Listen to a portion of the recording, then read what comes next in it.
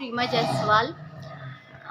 हम लोगों ने मुल्क राज आनंद की अनटचेबल 1935 डिस्कस किया था। अब मैं इस स्टोरी की उस पे जाना चाहूँगी कि आखिर ये स्टोरी आई कैसे। उस टाइम क्या बोलते हैं, जब ब्रिटिशर्स एक तरह से कह सकते हैं, जब ब्रिटिश हुकूमत उस समय जब राज कर रही थी, तभी क्या बोलते हैं ये नोबेल लिखा गया था।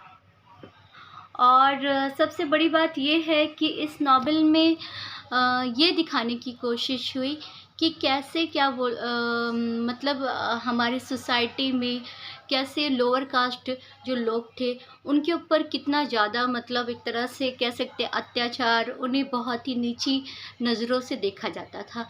ये सारी चीज़ें थी जो हायर कास्ट के पीपल थे, जो हायर कास्ट से बिलोंग करते थे, वो लोअर कास्ट के लोगों को लाइक नहीं करते थे। अगर गलती से लोअर कास्ट का जो कोई भी व्यक्ति किसी हायर कास्ट के पीपल को छू ले तो वो अपने आप को बहुत ही एक तरह से मतलब छूत खुद को मानने लगते थे कि ये कैसे इसने हमें छू लिया।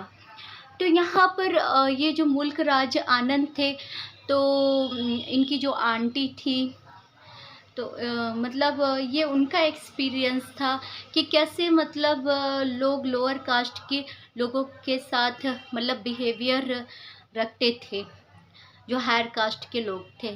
तो वो कहानी उन्होंने मुल्क राज आनंद को सुनाया था और उसी से प्रेरित होकर मुल्क राज आनंद जी ने ये स्टोरी लिखने का डिसाइड किया। फिर उसके बाद हम देखेंगे अनटचेबल में एक मेन कैरेक्टर होता है बाघा। बाघा जो होता है थोड़ा सा क्या बोलते हैं एक तरह से लेजी तो रहता है, लेकिन उसे ना मतलब वो एक स्वीपर बॉय रहता है जो रोड वगैरह साफ़ करते थे और लैट्रिन वगैरह साफ़ करते थे, तो वो उसे बिल्कुल अच्छा नहीं लगता था। क्यों नहीं अच्छा लगता था?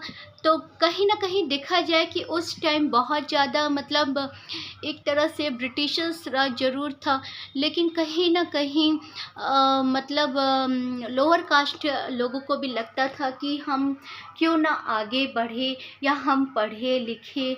कहीं ना कहीं उसके अंदर ये एक तरह से भावना उसके मन में थी, लेकिन वो अपनी इस भावना को पूरा नहीं कर पा रहा था।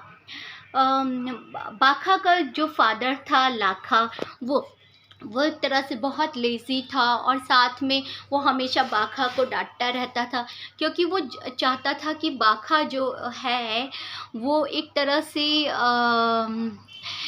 से मतलब वो अपने काम पे जाए, अपने काम को सीरियसली ले। ठीक, लेकिन ऐसा नहीं मतलब कहीं ना कहीं क्योंकि लाखा को ये चीज़ पता था कि जिस सोसाइटी में, जिस सिस्टम में हम रहते हैं, वहाँ पर ये सारी चीज़ें एक तरह से मतलब लोगों के साथ कैसे भेद भावना की जाती है। तो उसे पता था, उसके फादर को, पूरी बुल्शा फैमिली को, ये जो स्वीपर्स फैमिली थी इन्हें बुल्शा फैमिली बोलते थे। फिर उसके बाद जो बाखा रहता है घर से बाहर जाता है, वो क्या बोलते हैं सफाई वगैरह करने जाता है। तो यहाँ पर देखेंगे एक फेमस हॉकी प्लेयर था जिनका नाम था चरण सिंह।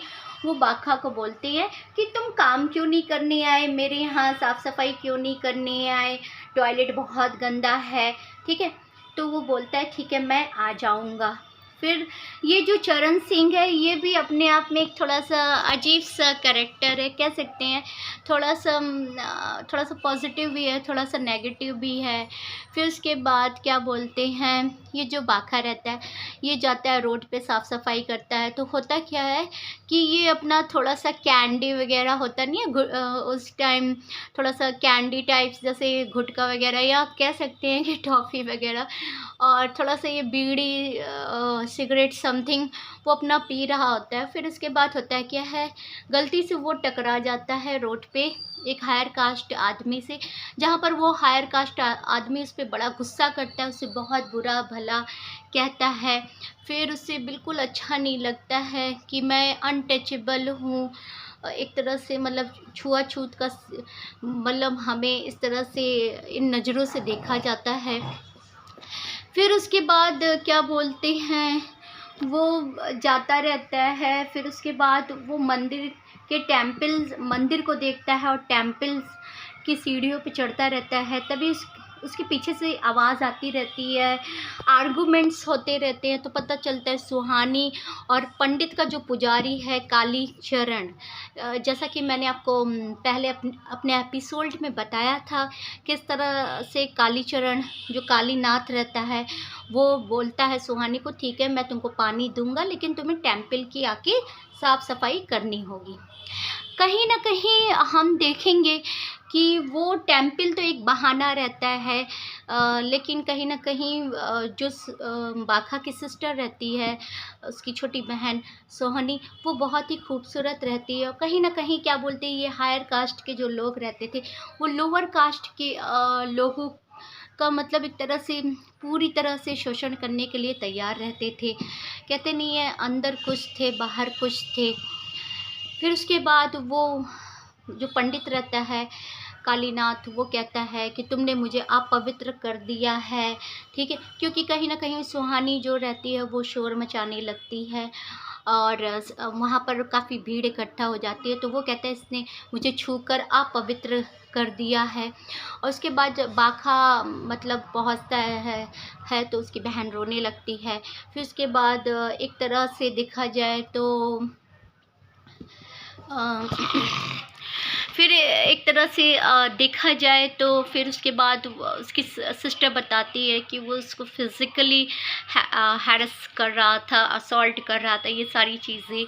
और फिर उसके बाद बाखा को गुस्सा आता है, वो उसके ऊपर चिल्लाने लगता है पंडित कालीनाथ के ऊपर, लेकिन वहीं सुहानी रोक लेती है, क्योंकि सुहानी जानती थी कि ये लोग बड़े कास्ट के, हायर कास्ट के लोग हैं, ये मतलब कुछ भी कर सकते हैं और हमें झूठा बना सकते हैं और कोई हमारी बात को सुनने वाला भी नहीं है।